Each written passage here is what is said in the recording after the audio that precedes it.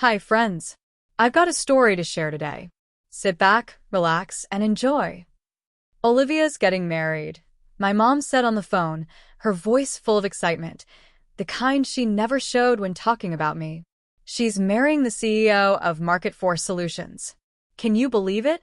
My daughter is marrying a CEO. I looked at the documents on my computer, papers about taking over that same company. Market Force Solutions wasn't doing well. Their CEO, James Warner, was desperate for investors. That's great, I said calmly. If only they knew the truth. The wedding will be at the Plaza Hotel, my mom continued. Don't worry, we're not expecting you to help pay. We know money must be tight for you. Tight money? That's how they described my decision to run a small consulting business instead of taking the fancy job they wanted me to. They had no idea I secretly owned the firm and had built it from scratch. I'll manage, Mom. She sighed. Oh, Sarah, when will you get serious about your career? Look at Olivia. She's a senior VP at Anderson Corporation, and now she's marrying a CEO. And you're still at that little job. I glanced around my beautiful penthouse with a view of Central Park and smiled. Dead-end job, huh? When the engagement party arrived, it was over the top, held at the fancy Morgan Hotel with sparkling decorations everywhere. Each table looked more expensive than what my family thought I earned in a month. Sarah, Olivia called out. She walked over in a flashy designer dress, her diamond ring catching the light. I didn't think you'd come. Couldn't afford a new dress? She asked. I looked at my simple black dress, custom-made and more expensive than her ring. It's what I had. She smiled, fake and smug. At least you made an effort. Oh. Come meet James. James Warner stood beside her, looking confident but with stress showing in his face. I knew that look well. I had been watching his company's struggles closely. Sarah, right? He said. Olivia's sister. The one who works at, what was it again? Some small consulting firm? Olivia waved it off. Nothing like Market Force. Then she added, James was just telling me about his amazing new business plans. I took a sip of champagne and hid my smile. There were no real plans. His company was sinking, and I was preparing to buy it. Sarah wouldn't get the business stuff, Olivia said. She's more of a small-scale thinker. If she only knew. While she was dreaming about her wedding, I was preparing to take over her fiancé's company. My company, Phoenix Consulting Group, had been eyeing Market Force Solutions for months. It was a perfect target. Actually, I said, I'd love to hear about these plans. James began talking about his ideas for growing the business. I listened, noticing how he avoided the truth, like they're dropping stock and failed products. Interesting, I said, while her mom looked proudly at Olivia. Isn't it? Olivia said, smiling. I'll be joining the board after the wedding, Olivia said proudly. James says I'm a natural leader. Of course he did. He needed help from our family's connections, though he didn't realize that most of those connections now came through me, not Olivia. The party went on.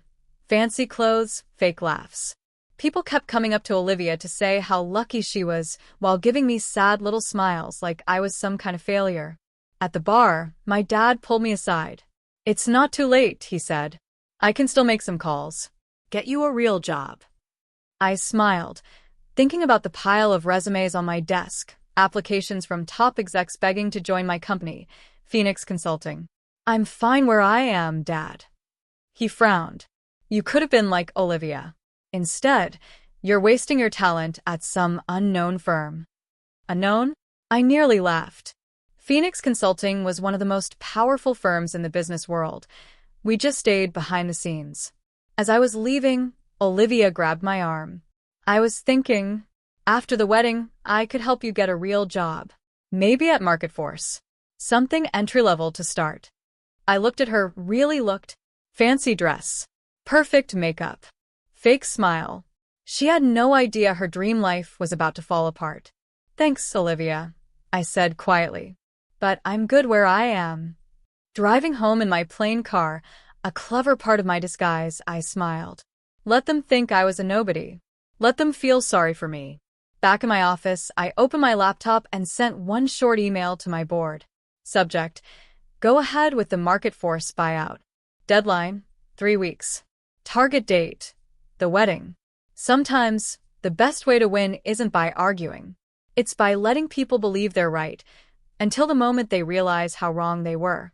Olivia's wedding day was that moment. The ballroom at the Plaza Hotel looked like a dream. White roses everywhere, champagne flowing, and Olivia glowing in her wedding dress with hundreds of guests admiring her. I sat at a table in the back, of course far away from the spotlight. My phone buzzed quietly. A message from my lawyers. The deal was done. We now owned MarketForce. Now all that was left was the reveal. James stood up and tapped his glass. A toast, he said, smiling. To my amazing wife. Starting Monday, she'll also be the new chief marketing officer at MarketForce. Cheers filled the room.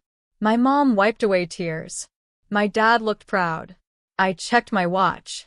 3 minutes left before the stock market closed. Then Olivia stood up and spoke. Thank you all, she said. I'm so excited to help lead MarketForce into a new, brighter future.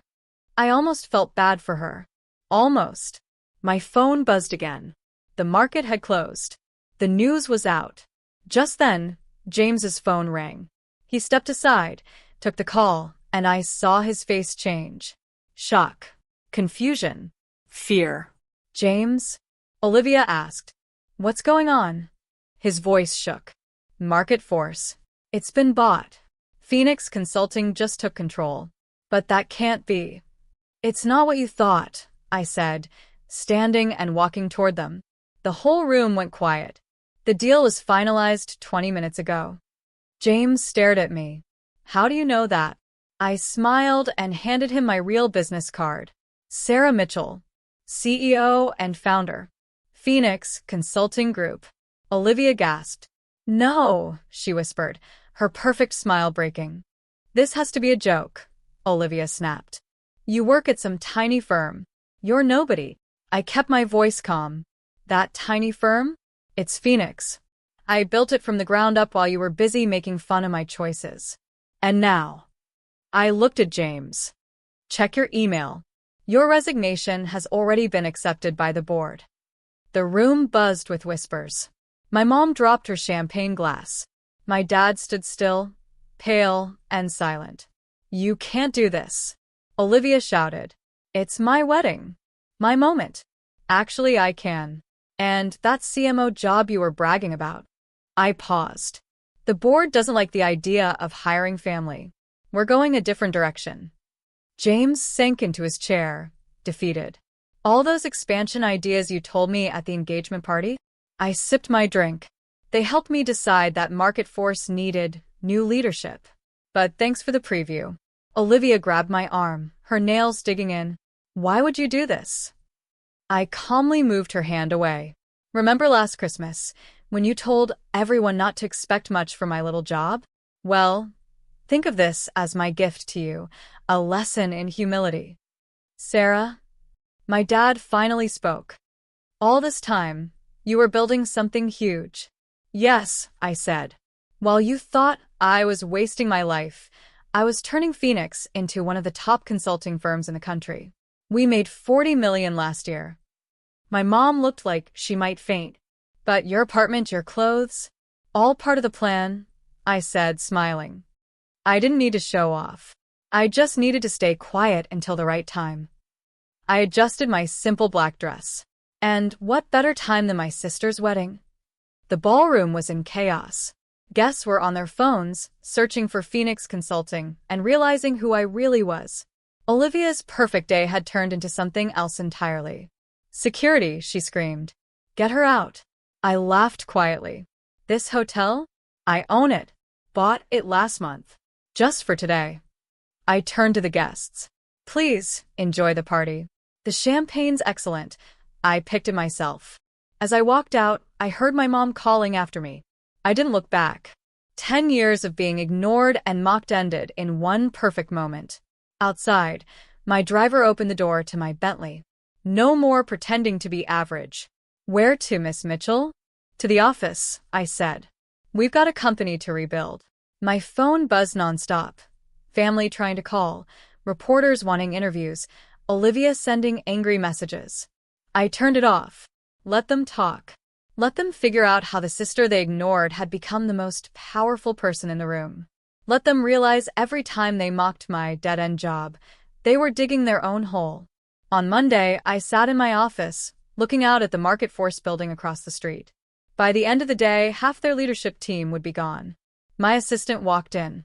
Your sister and parents are in the lobby. They've been waiting since 7 a.m. Tell them the CEO is in meetings all day.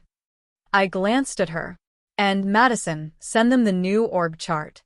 The one showing Olivia's job gone. She smiled. That's cold. No, I said. That's business. I picked up an old photo from our last family Christmas, the one where they laughed at my quiet life. I dropped it in the trash. Success isn't always about shouting louder. Sometimes, it's about waiting for the perfect moment to show them just how wrong they were. And as Market Force's stock soared, as Olivia's dream life unraveled, as my parents finally saw the truth, I smiled. The dead-end job they mocked? It had become their dead end. And I had become what they never imagined, their boss.